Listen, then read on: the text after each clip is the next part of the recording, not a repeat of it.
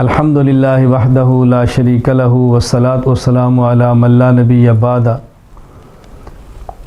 قربانی جو کی ہے، جانور ذبح کیا ہے، جانور کا گوشت ہے، مناسب اور افضل یہ ہے کہ اس کے 3 حصے کر لیں۔ ایک حصہ خود استعمال کریں، اپنے بچوں کو کھلائیں، اپنے گھر والوں کو کھلائیں، اور ایک حصہ اپنے رشتہ دار اور دوست احباب کو دیں، اور ایک حصہ فقراء اور مساکین کو دیں۔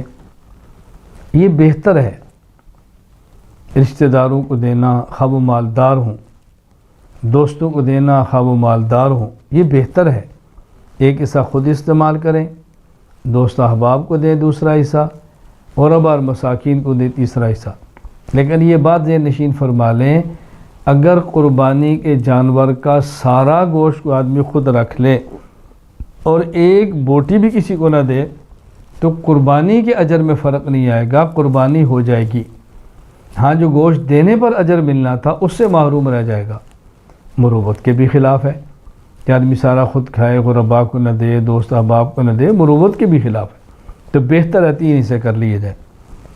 اور اگر قربانی کا بڑا جانور ہے اور اس کے اندر 7 آدمی شریک ہیں تو پھر جو گوشت آپس میں تقسیم کرنا ہے وہ اندازے سے تقسیم نہ کریں، بلکہ وزن کے ساتھ تقسیم کریں تاکہ ہر کسی کو برابر برابر جائے۔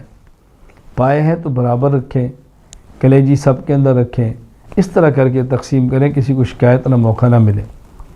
اور یہ بات اچھی طرح سمجھ لیں، اگر کسی شخص سے جانور ذبح کرا کے گوشت کراتے ہیں جسے ہم قصائی کہتے ہیں، اس قصائی کو اجرت دیں۔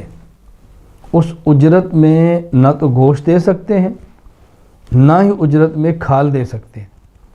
یعنی ایک شخص جانور ذبح کرتا ہے، وہ کہتا ہے میں ذبح کرتا ہوں بس کھال میری ہوگی، یہ ٹھیک نہیں ہے۔ میں ذبح کرتا ہوں مجھے آپ 2 کلو گوشت دے دیں، یہ ٹھیک نہیں ہے۔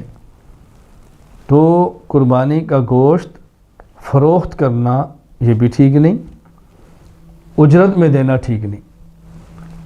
تو قربانی کا گوشت اجرت میں دینا بھی ٹھیک نہیں، اور اسی طرح قربانی کے گوشت کو فروخت کرنا بھی ٹھیک نہیں ہے۔ یہ اللہ کی طرف سے تحفہ ہے، ہدیہ ہے، اس کو استعمال فرمائیں۔